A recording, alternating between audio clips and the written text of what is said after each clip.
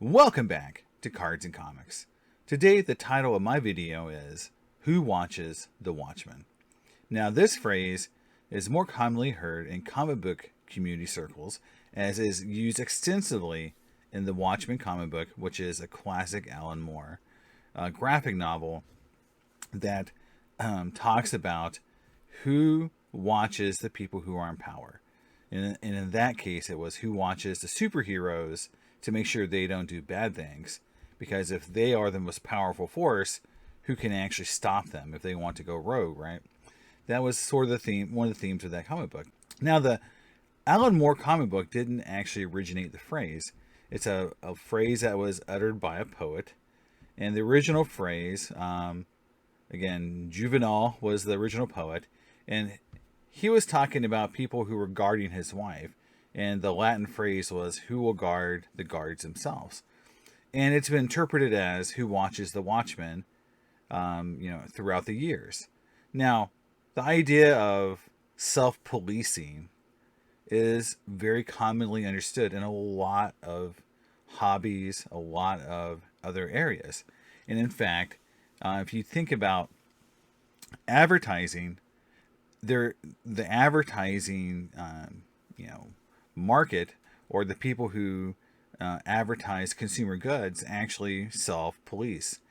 There's the National Advertising Division, NAD, and that's basically self-policing of advertising to make sure it's not false and misleading, right? So self-policing is really a big part of a lot of businesses and a lot of industries, right? But in sports cards, it's different. And I think that is something I want to talk about today. And sort of how can we make sure that the watchdogs and the people who are supposed to be in power are doing the right things, and then who's watching them and who's watching the people watching them, right? Kind of this slippery slope of people who have some, let's say, role in watching what's going on, right? Now, for myself, I've, since I've started on YouTube, going back a year ago, I was putting out videos talking about issues I've had with PSA, issues I've had with the sports card hobby in general, or comic books. In fact, one of my first videos was about when it was a game scandal. And I talked about that because I was directly impacted. I had cards that I had purchased from when it was a game, traded with them. So I've talked about issues in the past. But does that make me a watchdog? Does this make me someone who, is going to be someone that polices and creates some way to rein PSA in or whatever? I think it's, again, these issues need to be talked about, but the idea of who's watching PSA or these other companies is a topic for concern. Now, the one thing we have to really discuss is, again, why did grading happen?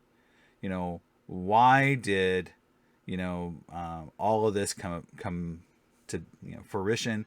Why do we have grading companies? Well, I think it boils down to this: self-policing for most industries, without some sort of negative consequence, doesn't really work.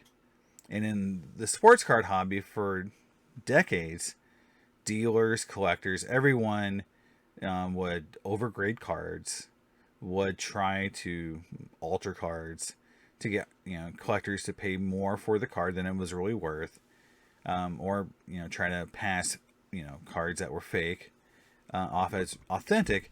And so throughout the years, that created a marketplace that had a lot of uncertainty.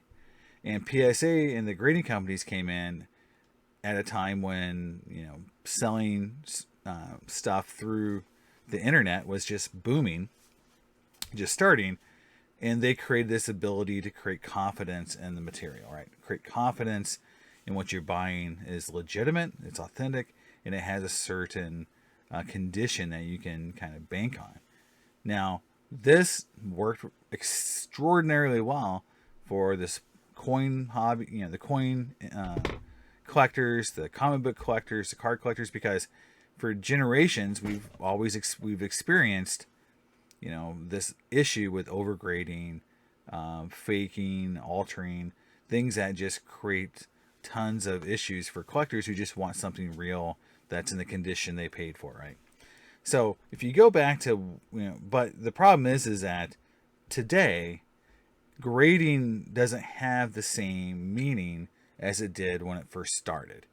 First started originally around the idea of authentication. You're buying a real legitimate card in a certain condition. In fact, if you go to like websites that I think most newbies could go to, like collectible.com, and you look at the question on their FAQ, why should I grade my cards? Short answer, it makes your cards instantly more valuable. So I think that is the new era we're in. It's no longer about the condition, if it's a real card or not. It's really about value, right? And, even long answer, there's a massive price gap between an identical card that's raw and one that's graded, right? And they give some examples. And so to me, that is one thing that has really changed. Now, obviously, the condition and the grading and the value is always there. However, for a lot of collectors, it was the confidence that was really important with grading, not the fact that you would always get this monetary boost. In fact, in a lot of cards in the lower grades, sometimes you lost value, right? You had a raw card that you might be able to get $50 for. As people kind of say, well, it could be a 5, could be 6, maybe could be a 7. I'll give you $50 for it. It comes back at 5. Well, now it's only worth $25. So in some cases, you lost value by even grading, right? Now, the phrase "who watches the Watchmen," right? That's an interesting phrase, especially in the context of what we're just talking about with, the birth of grading and why it's there, and past issues, right? Now, the one thing I will say is that a lot of people don't understand, the term "who watches the Watchmen" and sort of how it was used in the Watchmen itself, because a lot of people interpret it to be, or the Watchmen to be, that superheroes were good. They were, that them being a force to help, guard the planet was a good thing. If you really look at the comic book, and if you look at why the phrase is used, it's about the idea that if someone is given this ultimate power over something, and there's no one there who has more power to guide them, then who is really, giving them or guiding them or preventing them from doing something wrong and abusing their power? And if you think about it in terms of sports cards, that if PSA is, let's say, such a kingmaker with the cards, the population report, things that they can do to drive value for cards, and there's nothing to prevent them from doing any shenanigans or doing anything wrong, there's no way to really prevent them from just doing whatever they want, then it does create a situation like this where you've got this, this entity that can kind of create its own value, do what it wants, has no real restrictions in a lot of ways. And it's not just PSA, it's all grading in general. So CGC in comics, SGC, BGS, all these companies have this similar power. However, PSA, being such a dominant market leader, has it, times 10, times 20, how they can really use their power for good and sometimes for bad things, right?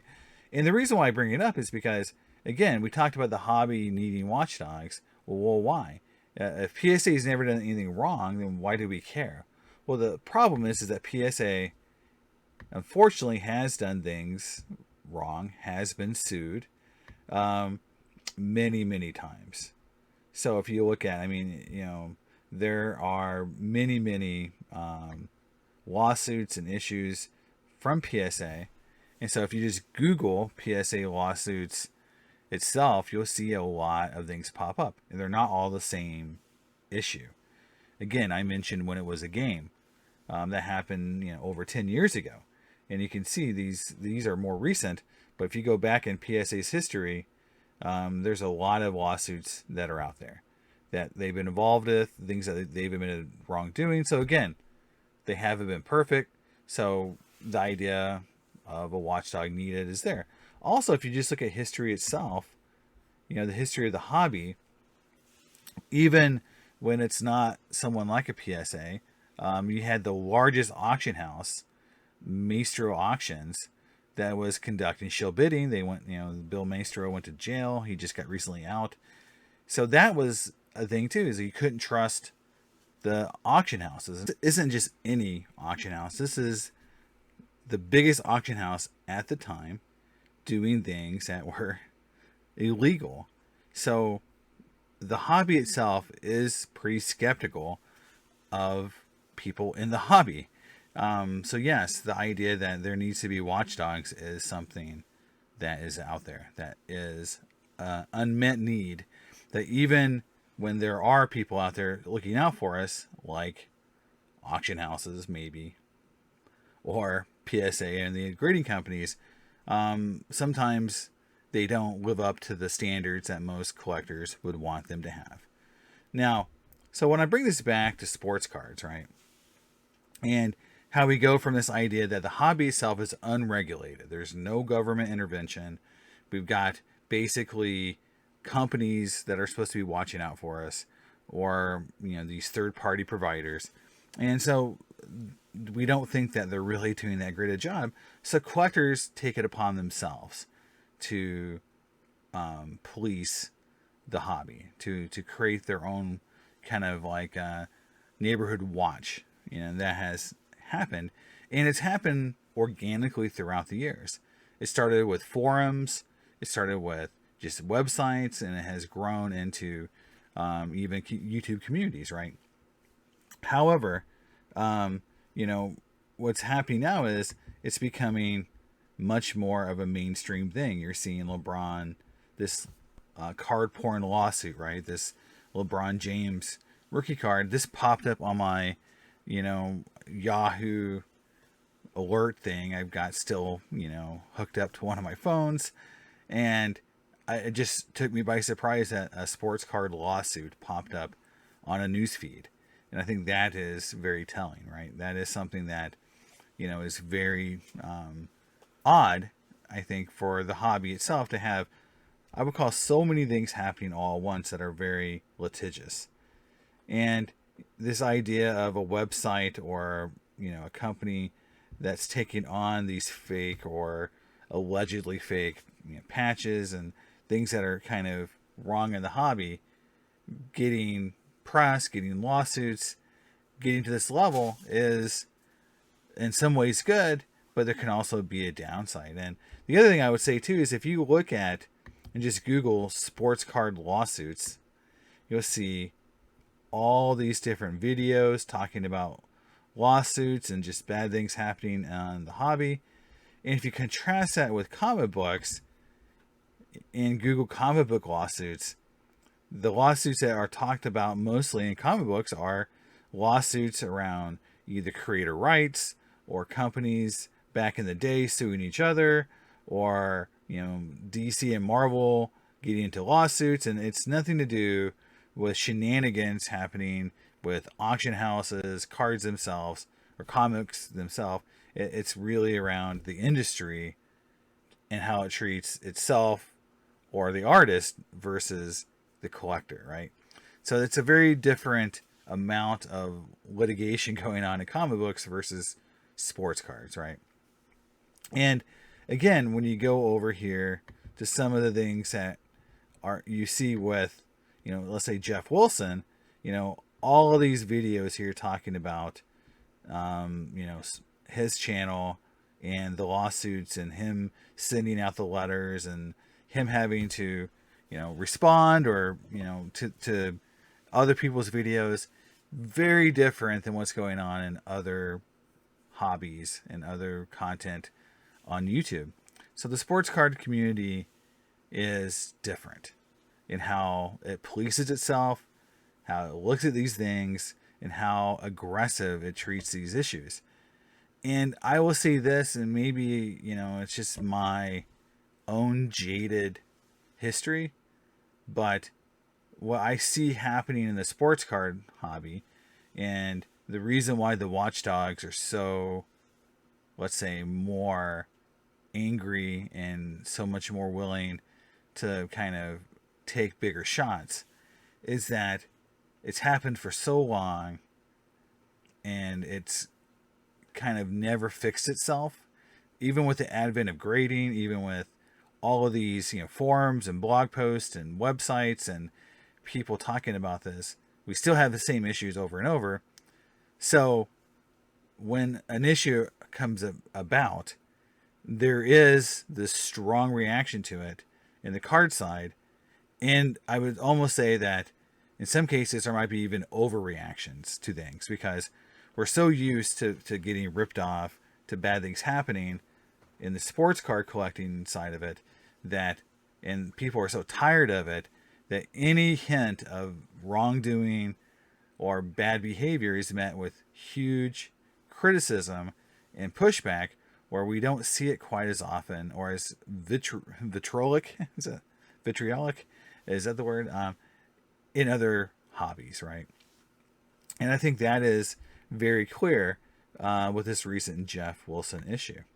So, again, the contrast here between comic books and sports cards is just how different and aggressive the watchdogs and the card industry are acting versus comic books. Now, Pokemon has their own, and Magic the Gathering, they have people who definitely are aggressive, but the lawsuits and things like that coming out seem to be much more prolific in the sports card world from my perspective.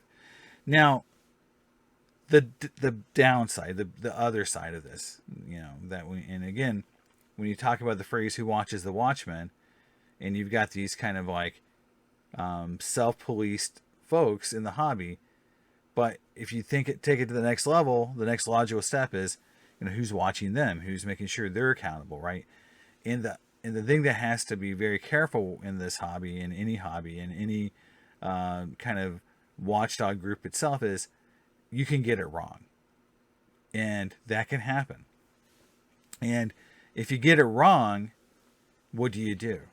And I think that is something that, as this evolves, as we have evolved in the sports card, hobby, how do we deal when the watchdogs get it wrong? When, PSA gets it wrong, but maybe the people who call them out maybe have it wrong. How do we get to the right level of information and detail so that we can make informed decisions versus it being, too much of a YouTube hype video versus, all the facts and the details that you need to make your own decisions? I think that part of it can happen where it can be more opinion based, non-fact based, and then you might get it wrong. And so again, in recent times, there have been people who got it wrong. So you have a channel like Run Good Life who apologized to Steel City Collectibles for talking about being, ripped off with some packs from the National, right? And the thing I think that's really interesting is you have another YouTube channel that similarly said the same thing, that, so far as I know, didn't apologize. But this idea of maybe you had some facts wrong and you apologize. Now, is that the end of the world? It's not. I would actually say this is a good thing, that if a person gets something wrong, they say, I was wrong. And they put it, and they correct the facts, and they correct the record for the most part. I think that's what we would expect. We would expect, if the watchdog got it wrong, if the people that are, doing this as sort of a YouTube or influencer living, this is kind of their calling card, then, they have to be held accountable just like the people they're watching. And if they get it wrong, then they still have to do the right thing. Now, the only issue with that I see in the hobby right now is that anytime that someone comes up and says something negative against people, against an entity that a lot of people don't like, there's a lot of confirmation bias going on where we say, I don't like PSA. And so anytime anyone puts anything out there that is negative on PSA, I'm going to agree with it. Regardless of facts, regardless of the pattern of information, I'm going to say that probably happened. And I'm going to, kind of root the person on for doing this. And that's going to, maybe encourage them to make more videos, or maybe they don't have all the facts. And it's not a video that would be considered to be accurate in detail. So therefore, it creates some more, this idea of misinformation, right?